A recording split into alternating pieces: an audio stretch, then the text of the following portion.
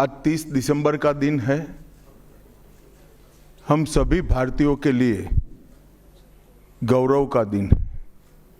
आज ही के दिन 1943 में बंगाल की भूमि के सुपुत्र और देश के महान स्वतंत्रता सेनानी नेताजी सुभाष चंद्र बोस ने पोर्ट ब्लेयर में पहली बार आजाद भारत का झंडा फहराने का काम किया था। तो एक प्रकार से हमारे आजादी के संग्राम का ये बहुत महत्वपूर्ण मकाम था। और इसके कई साल बाद, 8 दशक बाद, आज 30 दिसंबर को जब हम पीछे मुड़ कर देखते हैं तो बंगाल के लिए भी आज से लेकर अप्रैल तक का समय बहुत महत्वपूर्ण समय है। अप्रैल में बंगाल में विधानसभा के चुनाव होने जा रहे हैं। भय, भ्रष्टाचार, कुशासन और घुसपैठ की जगह विरासत, विकास और गरीब कल्याण की एक मजबूत सरकार बनाने का बंगाल की जनता का संकल्प बंगाल में जहां पर भी जाते हैं वहां दिखाई पड़ता है। तृणमूल कांग्रेस के 15 साल के शासन में भय, भ्रष्टाचार और कुशासन और विशेषकर घुसपैठ से बंगाल की जनता चिंतित भी है, भयभीत भी है और आशंकित भी है। हम भारतीय जनता पार्टी के सभी कार्यकर्ता बंगाल की जनता को आश्वासन भी देना चाहते हैं और वादा भी करना चाहते हैं कि मोदी जी के नेतृत्व में बंगाल में भारतीय जनता पार्टी की सरकार बनने के साथ ही यहां की विरासत को हम पुनर्जीवित करेंगे। विकास की गंगा फिर से बड़ी तेज गति से बहेगी और गरीब कल्याण, जो बंगाल का आज बहुत महत्वपूर्ण मुद्दा बना है, देश भर में जहां जहां एनडीए सरकार है, भाजपा सरकारें हैं, हमने गरीब कल्याण को प्राथमिकता दी है। यहां पर भी गरीब कल्याण को प्राथमिकता दी जाएगी। और इस सब के साथ साथ एक ऐसी मजबूत राष्ट्रीय ग्रिड बनाएंगे जो बंगाल से घुसपैठ को समाप्त कर देगी। इंसान छोड़ दीजिए, परिंदा भी पैर नहीं मार पाए, इस प्रकार की एक मजबूत ग्रिड की रचना हम करेंगे। और न केवल घुसपैठ रोकेंगे, सारे घुसपैठियों को चुन चुन कर भारत के बाहर निकालने का काम भी भारतीय जनता पार्टी की बंगाल सरकार करेगी। आज ममता बनर्जी के नेतृत्व में भ्रष्टाचार के कारण पूरे बंगाल का विकास एक प्रकार से थम गया है।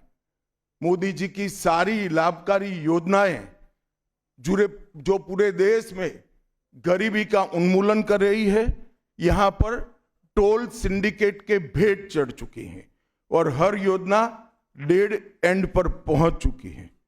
14 सालों से भय और भ्रष्टाचार ये बंगाल का पहचान बना हुआ है। बीजेपी सरकार का संकल्प 15 अप्रैल 2026 के बाद जब भाजपा सरकार बनेगी, बंग गौरव, बंग संस्कृति, उसके पुनर्जागरण की हम फिर से शुरुआत करेंगे। और विवेकानंद जी, बंकिम बाबू और गुरुवर टैगोर और श्यामा प्रसाद मुखर्जी के स्वप्न का बंगाल बनाने का हम फिर से एक बार प्रयास करेंगे।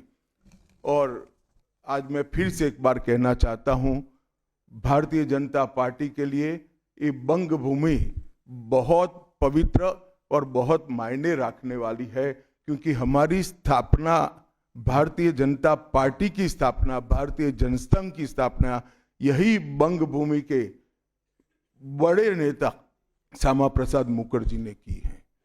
भारतीय जनता पार्टी की स्थापना से स्वामी विवेकानंद और बंकिम चंद्र चट्टोपाध्याय, इनका अनुकरण भारतीय जनता पार्टी ने अपने सभी सिद्धांतों के अंदर किया है।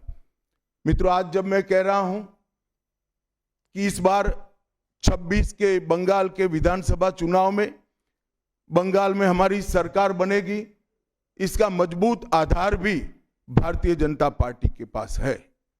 मैं आपको 2014 से 2024 तक के चुनाव के यात्रा के परिणामों को बताना चाहता हूं। 2014 के लोकसभा चुनाव में हमें 17% वोट मिले थे और 2 सीटें मिली। मेरी बात जरा सभी पत्रकार बंधु ध्यान से सुने। 2014 के चुनाव में हमें 17% वोट और 2 सीट मिले थे।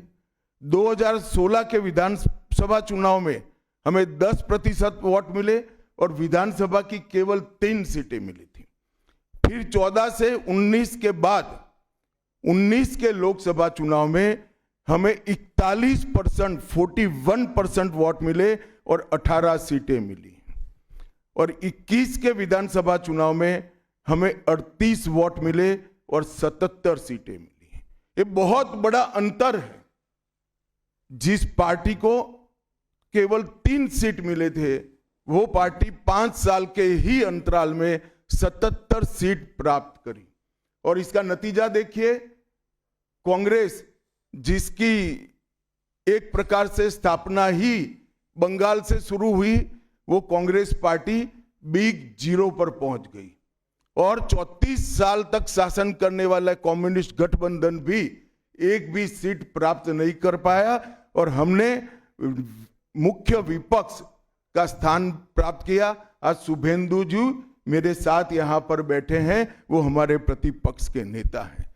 24 के चुनाव में भी हमने 39% वोट प्राप्त किया, 12% सीट प्राप्त की, 12 सीटें प्राप्त की और 26 में हम निश्चित रूप से प्रचंड बहुमत के साथ भारतीय जनता पार्टी की सरकार बनाने वाले हैं। मित्रों, ये 24 से अब तक का समय भारतीय जनता पार्टी के लिए बहुत शुभांकर सिद्ध हुआ है। 24 में लगातार तीसरी बार नरेंद्र मोदी जी इस देश के प्रधानमंत्री बने। उसके बाद महाराष्ट्र में, हरियाणा में, दिल्ली में और अब बिहार में भारतीय जनता पार्टी की सरकारें बनी हैं। 24 के चुनाव में उड़ीसा और आंध्र प्रदेश में भी पूर्ण बहुमत की भाजपा की और एनडीए की सरकार बनी है। मुझे पूरा भरोसा है कि 2026 में बंगाल में 2/3 बहुमत के साथ भारतीय जनता पार्टी की सरकार बनेगी। ये बंगाल की जनता तय कर बैठी है। मित्रों, जहां पर भी बंगाल में जाते हैं, पूरे बंगाल की जनता घुसपैठियों से त्रस्त है। क्या कोई राज्य सरकार ऐसी हो सकती है जो घुसपैठियों की पनाहगाह अपने राज्य को बना दे? राष्ट्रीय सुरक्षा पर कितना बड़ा खतरा है, इसका जवाब बंगाल की मुख्यमंत्री ने बंगाल के चुनाव में दे। घुसपैठ रोकने के लिए उनके पास क्या योजना है? आर्टिकल 370 हटता है, वो विरोध करती है। सीएए लाकर बंगाल के शरणार्थियों को नागरिकता देने का हम कार्यक्रम करते हैं, वो विरोध करती हैं। और वो ठीकरा फोड़ते हैं कि बीएसएफ है, वो रोक नहीं रही है। ममता जी, मैं आज आपको इस सार्वजनिक प्रेस वार्ता में पूछना चाहता हूं कि कौन सी सरकार है बांग्लादेश की पूरी सीमा पर जो वाड़बंदी करने के लिए, बॉर्डर पर फेंसिंग करने के लिए जमीन नहीं देती है? अगर आप जवाब न दे पाए तो मैं ही देता हूं। आपकी ही सरकार है जो जमीन नहीं देती है, जिसके कारण फेंसिंग का काम समाप्त नहीं होता है। फिर भी भौगोलिक रूप से कठिन सीमा पर से कोई घुस कर आता है तो कहां जाता है? सबसे पहले बंगाल के गांव में जाता है। आपका पटवारी क्या कर रहा है? आपका थाना क्या कर रहा है? क्यों इसको अरेस्ट नहीं किया जाता? क्यों उस पर केस दर्ज नहीं होता? क्यों इसको वापस भेजा नहीं जाता? जवाब है कि आपके पास? क्या बंगाल की मुख्यमंत्री जवाब दे सकती है कि असम में घुसपैठ क्यों बंद हो गई, त्रिपुरा में घुसपैठ क्यों बंद हो गई, गुजरात और राजस्थान की बॉर्डर पर घुसपैठ क्यों नहीं होती है, पंजाब की बॉर्डर पर घुसपैठ क्यों नहीं होती है, कश्मीर की बॉर्डर पर घुसपैठ क्यों नहीं होती है, सिर्फ बंगाल में क्यों होती है? क्योंकि आपकी निगहबानी में घुसपैठ कराई जाती है और बंगाल को धीरे धीरे डेमोग्राफी चेंज कर कर आपकी वोट बैंक को पुख्ता करनी चाहती है। मगर ये लंबा नहीं चलेगा। बंगाल की जनता अब जान गई है और इसके खिलाफ लामबंद भी हो रही है। और मुझे मालूम है अगला चुनाव घुसपैठियों को निकालने के मुद्दे पर और घुसपैठ रोकने के मुद्दे पर लड़े जाने वाला है, क्योंकि न केवल ये बंगाल का मामला रहा है। मैं आज बंगाल की जनता को इस प्रेस वार्ता के माध्यम से बताने आया हूं कि बंगाल की बॉर्डर से हो रही घुसपैठ सिर्फ बंगाल का मामला नहीं रहा है, अब ये राष्ट्रीय सुरक्षा का मामला है। देश की संस्कृति को बचाना है, देश की सुरक्षा को सुनिश्चित करना है, तो बंगाल की बॉर्डर सील कर दे, ऐसी देशभक्त सरकार यहां लानी पड़ेगी जो ममता बनर्जी नहीं कर सकती, केवल और केवल भारतीय जनता पार्टी कर सकती है। घुसपैठ के अलावे भ्रष्टाचार से पूरी बंगाल की जनता त्रस्त है। रोजवेली चिटफंड घोटाला, कैश फॉर क्वेरी घोटाला, एसएससी घोटाला, नगर पालिका नगर नियम का भर्ती का घोटाला, गाय तस्करी का घोटाला, राशन पीडीएस का घोटाला, मनरेगा का घोटाला, पीएम आवास का घोटाला, इतने सारे घोटाले हैं कि मैं पूरा लिस्ट पढ़ूंगा तो मेरी प्रेस कॉन्फ्रेंस का पूरा हिस्सा ही उसमें चला जाएगा। अब क्या ममता बनर्जी इस बात का जवाब दे सकती है कि आपके मंत्रियों के ठिकाने पर से 27 करोड़ रुपया मिलता है, जिसको गिनते गिनते नोट गिनने की मशीन भी गर्म होकर बंद हो जाती है। बंगाल जैसे गरीब राज्य के अंदर 27 करोड़, 20 करोड़, 15 करोड़ ये राशि मिल रही है, आपकी कोई अकाउंटेबिलिटी नहीं है। पार्थो चैटर्जी जेल में जाते हैं, ज्योति प्रिय मलिक जेल में जाते हैं, अनुव्रत मंडल जेल में जाते हैं, जीवन कृष्ण शाह जेल में जाते हैं, माणिक भट्टाचार्य जेल में जाते हैं, चंद्रनाथ सिन्हा जेल में जाते हैं, परेश पाल जेल में जाते हैं, कुंतल घोष जेल में जाते हैं, फिरहाद हकीम वो भी आरोपी बनाए जाते हैं, शोभन चैटर्जी आरोपी बनाए जाते हैं, कुणाल घोष 3 साल जेल में रहकर आते हैं, और आप कहती है कि भ्रष्टाचार नहीं हो गया, हो रहा है। आप आंख मूंद लिए ही हो भ्रष्टाचार के लिए, मगर बंगाल की जनता अपनी आंख बंद कर कर नहीं बैठी है। गरीब बंगाल की जनता के अधिकार का पैसा आपकी कैडर की भेंट चढ़ रहा है, आपको इसको जवाब देना पड़ेगा। महिलाओं की सुरक्षा एक बहुत बड़ा मुद्दा बना है और अधिकृत रूप से कहा जाता है कि महिलाएं 7 बजे के बाद अपने हॉस्टल और घर से न निकले। हम कौन से जमाने में जी रहे, मुगल काल में जी रहे हैं क्या? ममता जी, ये आजाद भारत, यहां माताओं बहनों को पूरा दिन जब इनकी मर्जी हो, जब इनको काम हो, घर के बाहर निकलने की सुरक्षा प्रदान करना ये हमारा संवैधानिक दायित्व है, जो देने में आपकी सरकार विफल गई है।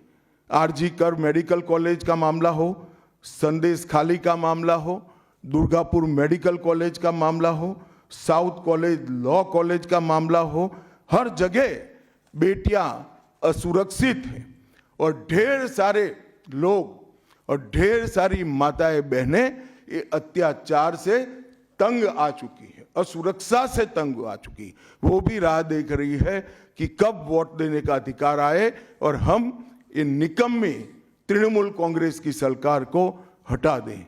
सांप्रदायिक तुष्टीकरण को इस राज्य सरकार ने अपनी नीति के रूप में स्वीकार कर लिया है।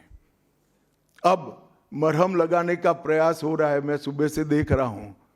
मगर अब मरहम लगाने से कुछ नहीं होता है। हृदय पर, बंगाल की हिंदुओं के हृदय पर घाव इतना गहरा बैठ गया है कि कोई मरहम काम नहीं आएगा।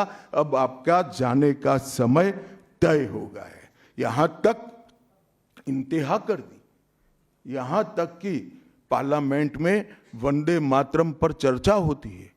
बंकिम बाबू ने रचे हुए वंदे मातरम पर चर्चा हुई, जो गीत पूरे हमारे आजादी के आंदोलन का प्रेरणा गीत बना, वो वंदे मातरम की चर्चा का तृणमूल कांग्रेस विरोध कर रही है, क्योंकि उनकी वोट बैंक इससे नाराज हो रही है। ये बंगाल की जनता कभी सहन नहीं करेगी।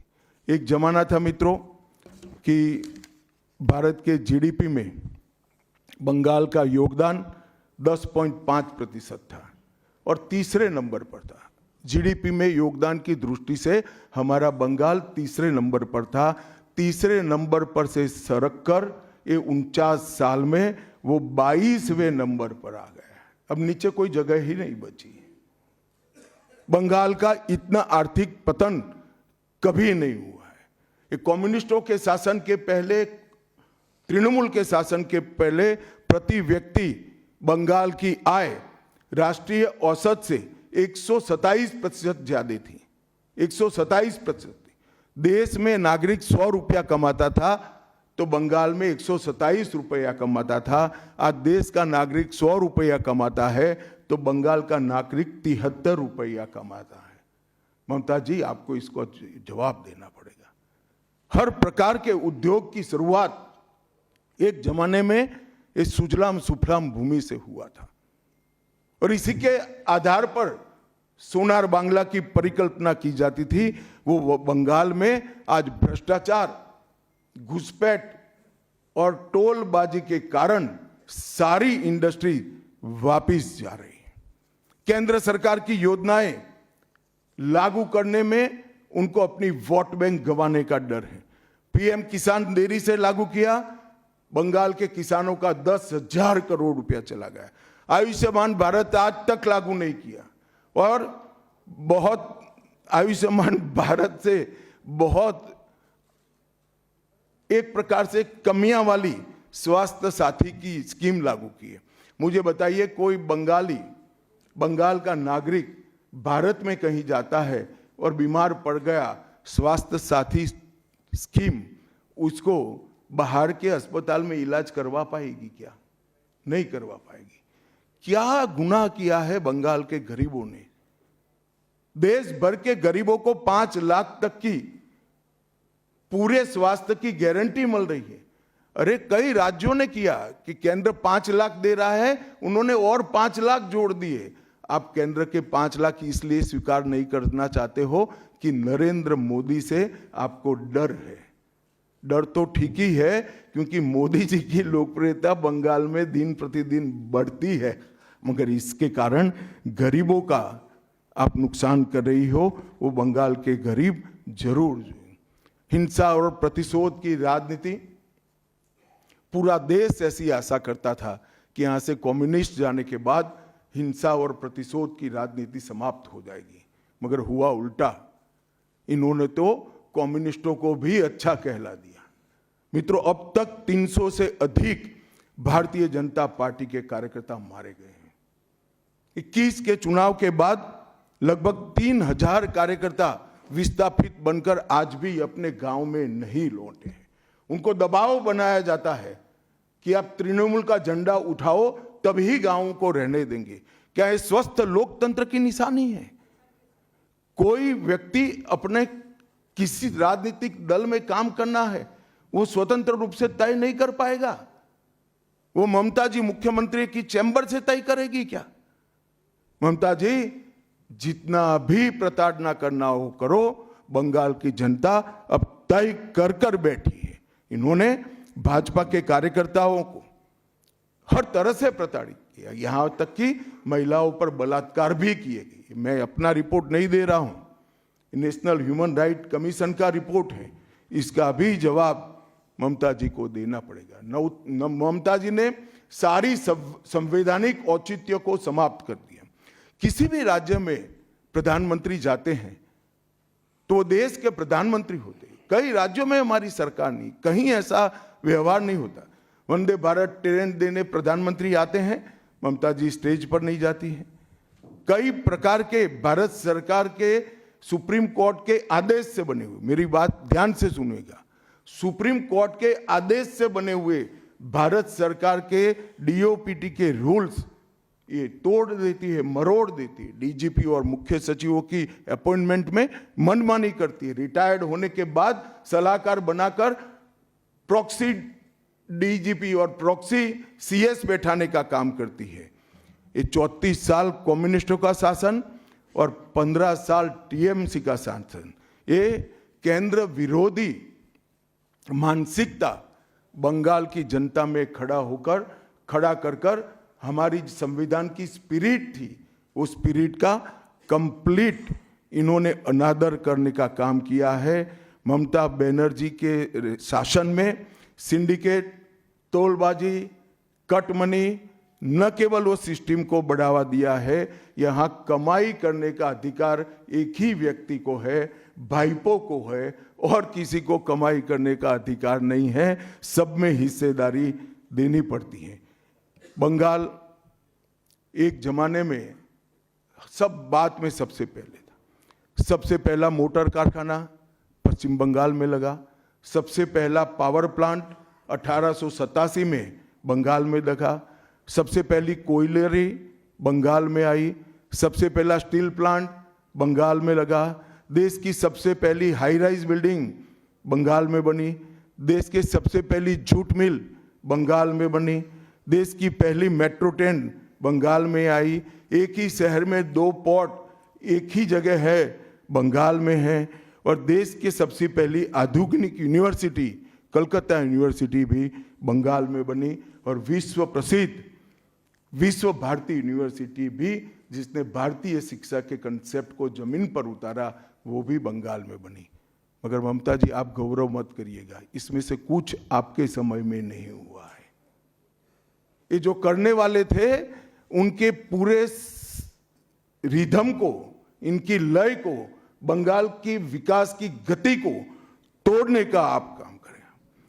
बंगाल आज इंडस्ट्रियल रूप से कंप्लीटली बर्बाद हो चुका है, और ये आपके शासन में ही हुआ है।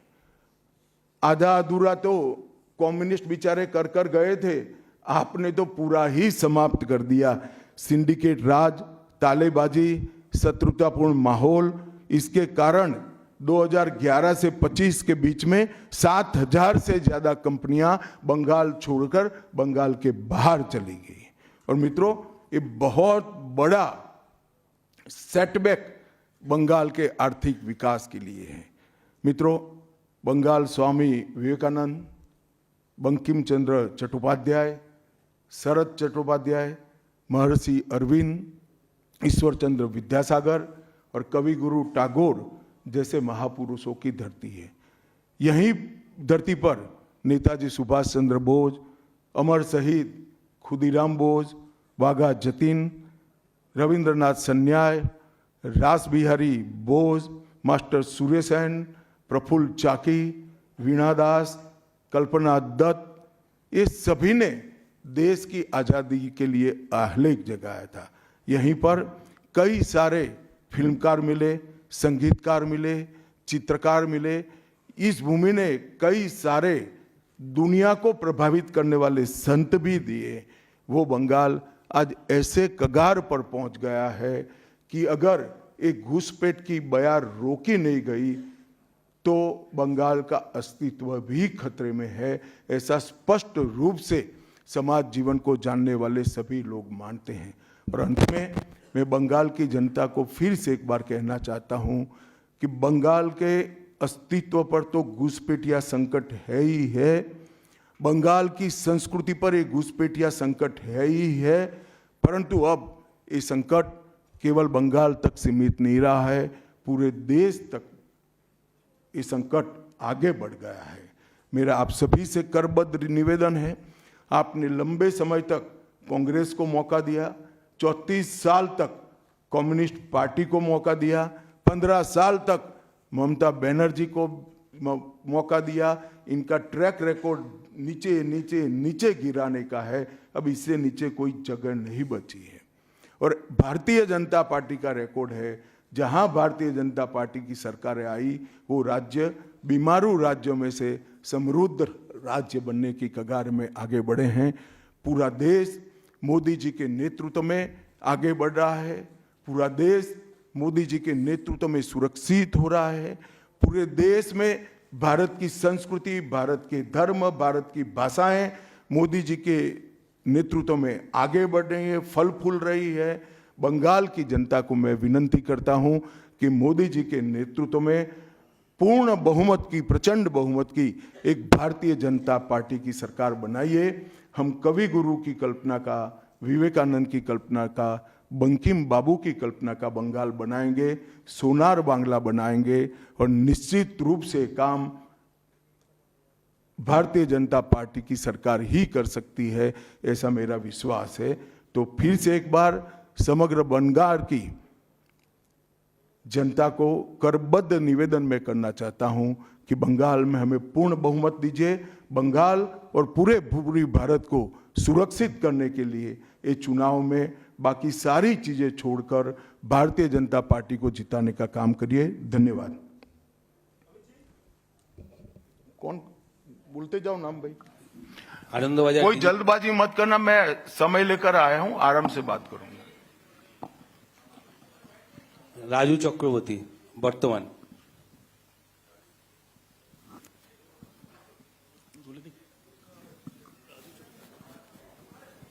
चलो भाई दूसरे कोई खड़े हो जाओ। गृहमंत्री जी नमस्कार, राजू चक्रवर्ती वर्तमान। मेरा दो प्रश्न है। एक करो। अच्छा 2014 के बाद आप जब पार्टी और एडमिनिस्ट्रेशन में बहुत सारे संस्कार लाए, 75 साल के बाद कोई भी लीडर या फिर मंत्री हो उसको मार्गदर्शक के भूमिका में जाना पड़ता है। तो आपको क्या लगता है अभी हाईएस्ट लेवल पे जो भी है पार्टी या फिर एडमिनिस्ट्रेशन में, वो 75 साल हो गया, उसको अपने आप वानप्रस्थ में जाना चाहिए? चलिए मैं बुलाकर आपको बताऊंगा। तुम बंगाल की चिंता करो भैया, मेरी पार्टी की क्यों चिंता कर रहे हो? Hello,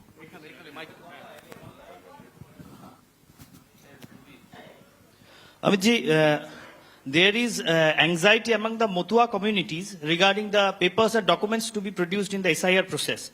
And would you like to consider anything so that they can get rid of their anxiety? बैठे। मतुआओं को डरने की कोई जरूरत नहीं है। ये भारतीय जनता पार्टी का वादा है। जो शरणार्थी बंगाल में आए हैं वो भारत के नागरिक है, इनका कोई नुकसान नहीं कर सकता, ममता बनर्जी भी नहीं कर सकती। Amit ji, this is Atri Mitra from Indian Express. पिछले कई इलेक्शन में हम लोग देखे हैं कि your ground level organisation was failed to dominate in the day of election with TMC. So is your organization is ready for now in 2020? आपने ध्यान से नहीं देखा है। मैंने इसीलिए पहले भाजपा की विकास यात्रा, भारतीय जनता पार्टी की विकास यात्रा बनाई। हम 3 सीट पर थे, 77 पर पहुंचे हैं और 77 से अब एज अ मुख्य विरोध पक्ष हमारा अधिकार है कि विफल सरकार को उखाड़कर हमें जनता शासन देगी। हम 77 सीट पर ऐसे नहीं पहुंच सकते, 18 सीटें ऐसे नहीं जीत सकते हैं।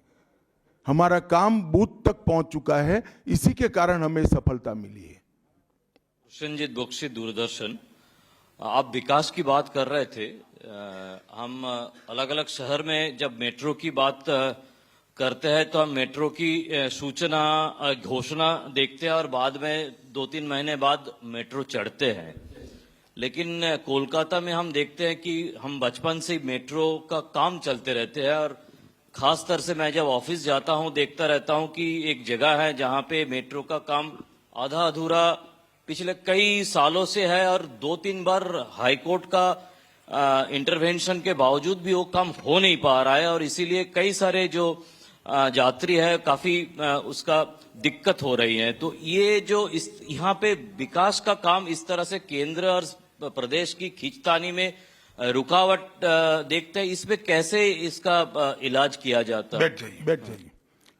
देखिए, भारत सरकार पूरे देश में इंफ्रास्ट्रक्चर के डेवलपमेंट के लिए बहुत सारे काम कर रही है। अगर भारत सरकार का पक्षपाती कामकाज का तरीका होता तो वो तमिलनाडु को भी अप्लाई हो सकता था, तेलंगाना को भी अप्लाई हो सकता था और हर राज्य को अप्लाई हो सकता था। सभी जगह इंफ्रास्ट्रक्चर के काम अच्छे चल रहे हैं। सिर्फ बंगाल में तकलीफ क्यों आ रही है? क्योंकि मेट्रो हवा में नहीं चल सकता, भूमि चाहिए।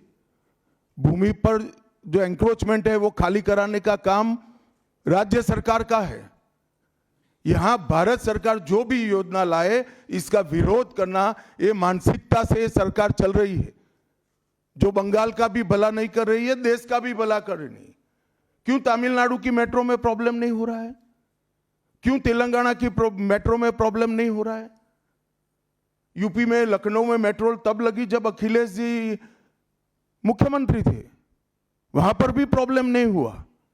मेरा तो आपसे आग्रह है, इतने अभ्यासु पत्रकार हो, कुछ पत्रकारों का संघ बनाकर इसके डेप्थ में जाकर व्हाइट पेपर बाहर निकालो कि सारी योजनाएं क्यों अटक गई, तो आपको मूल कारण मालूम पड़ जाएगा। एबीपी।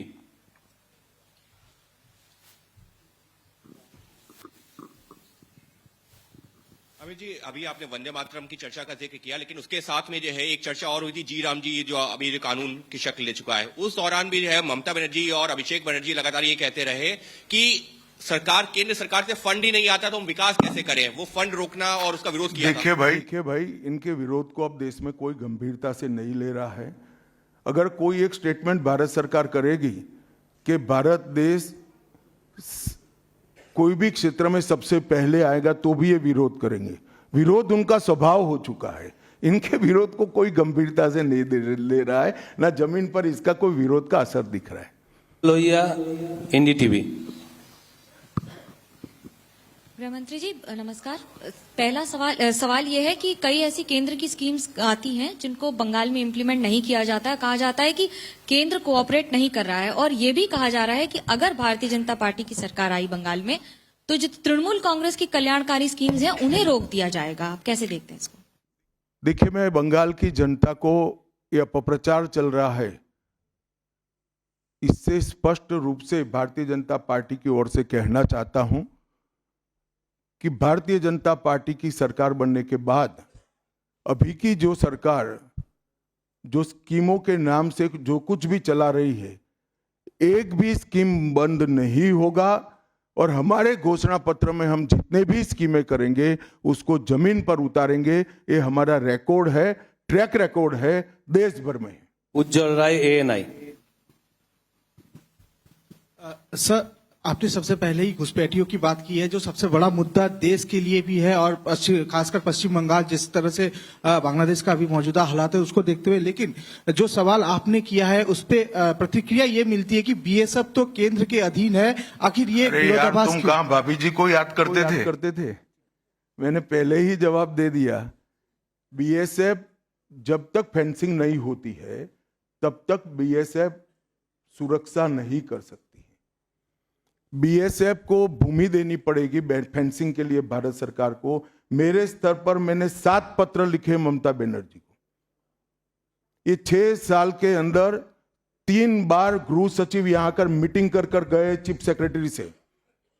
मैं पूछना चाहता हूं तृणमूल कांग्रेस की सरकार को, जमीन देने में क्या डर है? कि आपकी कोई रिस्पॉन्सिबिलिटी नहीं है या आप घुसपैठ होने देना चाहते हो? और फिर भी नदी नाले जंगल कहीं से कोई घुसपैठिया आ जाता है, कहां आता है? सबसे पहले गांव के थाने और पटवारी के बगैर कोई रह सकता है? इसके डॉक्यूमेंट कौन बना रहा है? बंगाल सरकार बना रही है। देश भर से जो घुसपैठिए पकड़े जा रहे हैं, इनके पास से बंगाल के डॉक्यूमेंट, फर्जी डॉक्यूमेंट पकड़े जाते हैं। उन्होंने घुसपैठियों को अपनी वोट बैंक मजबूत करने के लिए राज्य सरकार की नीति के रूप में स्वीकार कर लिया है। इसलिए मैं कहता हूं कि तृणमूल कांग्रेस घुसपैठ नहीं रोक सकती। बंगाल की डेमोग्राफी खतरनाक तरीके से बदल रही है और आने वाला समय बहुत चिंताजनक।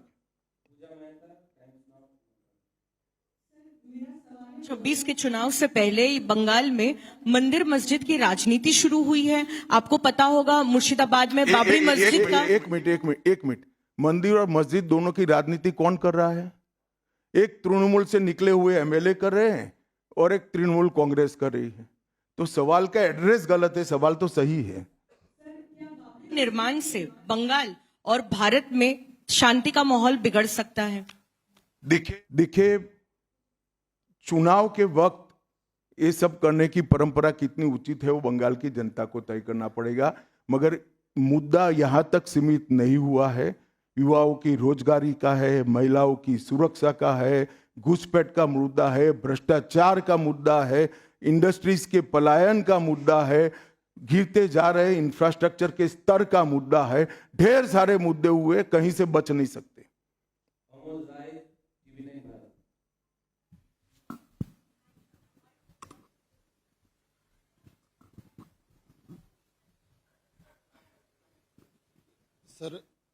सर मेरा एक प्रश्न ये है कि आज ममता बनर्जी लगातार 2 दिनों से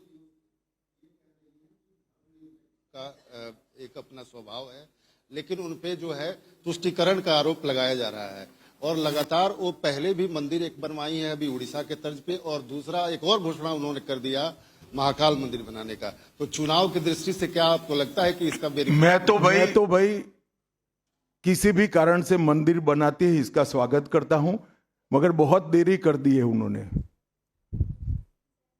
बांग्ला। अमित जी, एक सवाल बार बार एक नैरेटिव फैला जाता है टीएमसी और लेफ्ट के तरफ से कि बंगाल में जितना भी काम कर ले बीजेपी कार्यकर्ता, ऊपर कुछ सेटिंग वगैरह है तो अमित शाह जी और नरेंद्र मोदी जीतना नहीं चाहते। आज पूछता है बंगाल, जवाब चाहे बांग्ला, आप लोग बंगाल को जीतना चाहते हैं? कितना सीरियस है सेंट्रल बीजेपी? देखिए भाई, मैं यहाँ आकर प्रेस कर रहा हूँ। मोदी जी अभी थोड़े दिन पहले सभा करने के लिए आने के लिए निकले थे, जा नहीं पाए। अब ममता बनर्जी कह रही कि हम उनके साथ हैं। अगर उनको ये भ्रांति फैलानी है तो फैलाएं। भारतीय जनता पार्टी का कोई नेता घुसपैठियों को आश्रय देने वाले के साथ नहीं रह सकता। ये भारतीय जनता पार्टी का सिद्धांत है और हम सब भारतीय जनता पार्टी के कार्यकर्ता से लेके मोदी जी तक कटिबद्ध है कि मूल समेत तृणमूल कांग्रेस की सरकार को हम उखाड़ कर फेंक देंगे।